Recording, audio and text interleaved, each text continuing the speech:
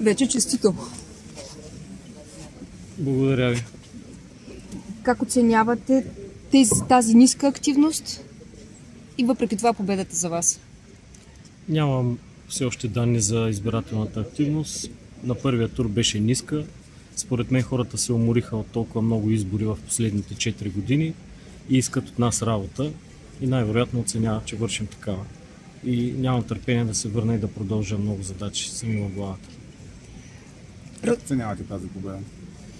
Удовлетворен съм от резултата, защото той е по-висок от резултата на предните избори и е постигнат в много по-трудна политическа обстановка за мен, защото беше срещу представители на две големи партии, най-големите в страната, които управляват и страната в момента. И реално считам, че това е персонална оценка към мен на нашите съграждани и това е огромна отговорност за мен, но се чувствам много силен от тази подкрепа. Как ще работите с новия общински съвет, който е толкова пъстър? Както и предния път ви казах, русенци са разумни. След като така са гласували, това е моя отговорност да се срещна с всички групи в Общинския съвет и да направя всичко възможно да работим с възможно най-широко представителство на тези групи.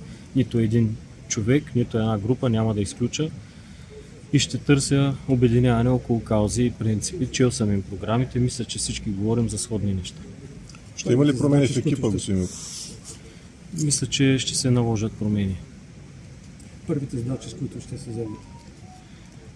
Първите задачи са да задължително преди зимата да можем максимално много да асфалтираме от града, защото има вече издадени строителни разрешения, има проекти и хората това го очакват. Както и предния път казах, другото много важно, което се изпуска от всички кандидати е подготовката за зимната обстановка. Тя започна в община Русе в предния месец, така че това трябва да го проведем, защото дори да е била благосклонна зимната предните години, нищо не се.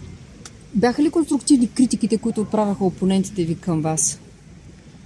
Аз критиките почти не ги чух от обидите. Какво ще кажете на хората, които ви подкрепиха и на тези, които не ви подкрепиха? Благодаря на всички русенци, които излязоха и гласуваха, дори да не е било за мен. Това показва, че уважаваме страната си, града си. Благодаря и на всички тези, които ме подкрепиха. Пак казвам, подкрепата създава изключително чувство за отговорност в човек като мене. Да, дава сила, но и чувството за отговорност е изключително силно. Ще направя всичко възможно да го оправдая.